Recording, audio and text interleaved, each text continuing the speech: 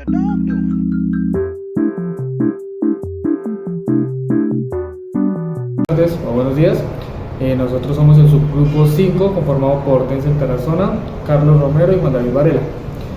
Posteriormente mis compañeros van a explicar cuál va a ser nuestro proyecto y cómo lo llevaremos a cabo, tanto la forma en que lo implementamos como la forma en que calculamos los valores que deseamos obtener. Nuestro proyecto se basa en ángulos en diferentes medios de la luz. O sea, vamos a buscar lo que viene siendo los ángulos reflejados y refractados en diferentes medios de la luz y tomaremos los datos adquiridos en tablas de Excel para poder calcular su índice de refracción. Mi compañero ya les va a explicar qué materiales vamos a utilizar. Durante el día a día utilizamos el computador para tomar los datos de Excel, el recipiente transparente, translúcido que permite el paso de la luz, el aceite para después ponerlo en el recipiente y probar el ángulo de refracción que se obtiene con el láser, el agua y sal que después se le agregó al agua para provocar una salmuera, y otra vez con el láser obtener el ángulo de reflexión. En esta parte del experimento estamos estudiando cómo se comporta la luz cuando pasa de un medio a otro, específicamente del aire hacia el agua. Sabemos que cuando un rayo de luz llega a la superficie del agua, una parte se refleja y otra parte se refracta, es decir, cambia de dirección al ingresar al nuevo medio. Esto ocurre porque la velocidad de la luz no es la misma en todos los materiales. En el aire viaja más rápido y cuando entra al agua disminuye su velocidad, por eso el rayo se desvía. Teóricamente, el agua líquida tiene un índice de refracción aproximado de 1,33, lo que significa que la luz hace alrededor de 1,33 veces más lenta en el agua que en el vacío. Ese valor también nos permite predecir matemáticamente el ángulo en el que la luz debería refractarse, usando la ley de Snell. Durante la práctica estuvimos variando los ángulos de incidencia del rayo en la superficie del agua para observar cómo se refleja y cómo se refracta. Cuando el rayo llega con un ángulo pequeño, el cambio de dirección es poco visible, pero cuando aumentamos el ángulo, la refracción se hace mucho más evidente y el rayo dentro del agua se inclina hacia la normal. Además, el rayo reflejado cumple la regla básica de reflexión. El ángulo de incidencia es igual al ángulo de refracción. Con todas estas observaciones pudimos comparar lo que vimos en el experimento con lo que predice la teoría, y finalmente los resultados obtenidos en el agua son: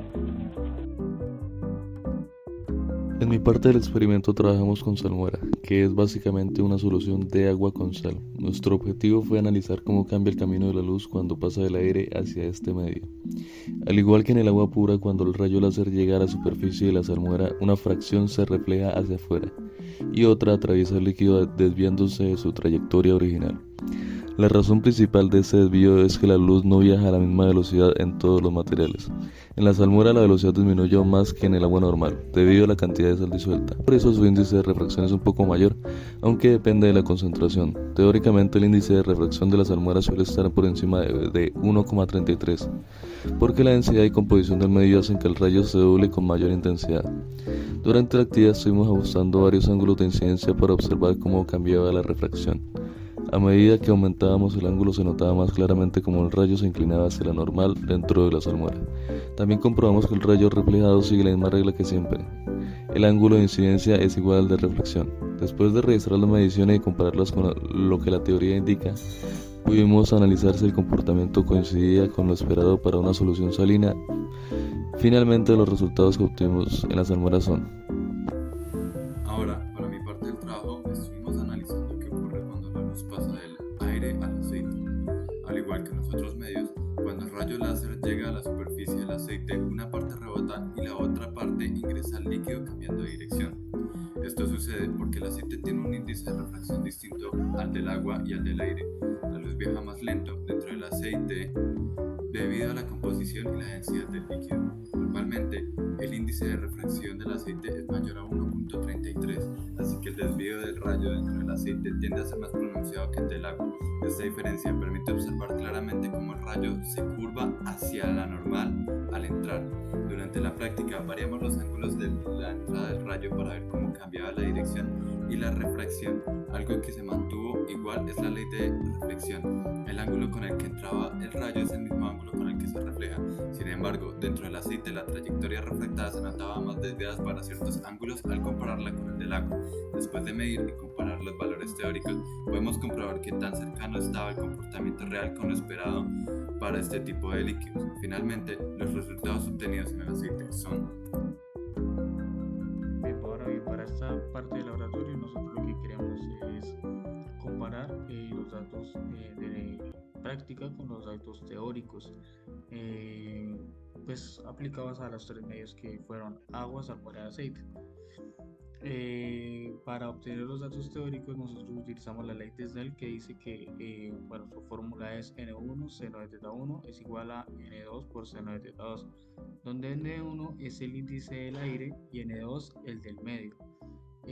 Los índices nosotros tenemos que para agua es 1.33, la salmuera es 1.38, el aceite es 1.47. En las tablas vemos que los ángulos teóricos se acercan bastante a los experimentales, con errores menores al 5% en la mayoría de los casos. Notamos también que al aumentar el índice de refracción, el ángulo refractado disminuye, lo cual confirma pues esta ley de Snell. Por ejemplo, el rayo se desvía más en el aceite, un ejemplo que podemos analizar, el rayo se desvía más en el aceite que en el agua, porque su índice pues es mayor. Ya por conclusión, los resultados son coherentes con la teoría, la luz cambia de dirección al pasar de un medio a otro y esa desviación depende pues, de estos índices que nosotros estamos comprobando. Los errores se deben principalmente quizás a pequeñas imprecisiones en la medición de los ángulos o el grosor del recipiente que nosotros estábamos calculando.